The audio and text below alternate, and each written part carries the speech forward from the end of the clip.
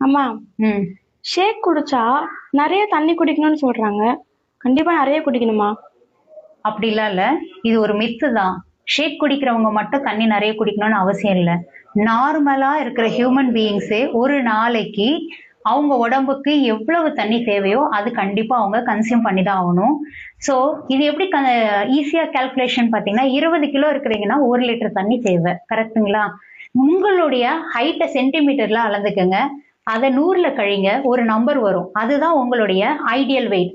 அந்த ஐடியல் வெயிட்டுக்கு நீங்க தண்ணியோட கால்குலேஷனை நீங்க போடும்போது 100% 2.5 லிட்டர்ல இருந்து 3, மேக்ஸிமம் 3.5 அவ்வளவுதான் வரும். இதுதான் டாக்டர் சொல்றாங்க, ஒரு நாளைக்கு ஒவ்வொருத்தருக்கும் 3 லிட்டர் தண்ணியாவது குடிங்க அப்படின்ட்டு. ஆனா நம்ம யாருமே ஐடியல் வெயிட்ல இருக்கிறோமான்னு செக் பண்றது இல்லைல்ல. அதனாலதான் இங்க வரவங்களுக்கு தண்ணி குடிங்க, உங்க வெயிட்டுக்கு ஏத்த அளவுக்கு தண்ணி குடிங்க, உங்க ஐடியல் வெயிட்டை டச் பண்ண உடனே 3 லிட்டர்ஸ்ல வந்து நின்னுடும்.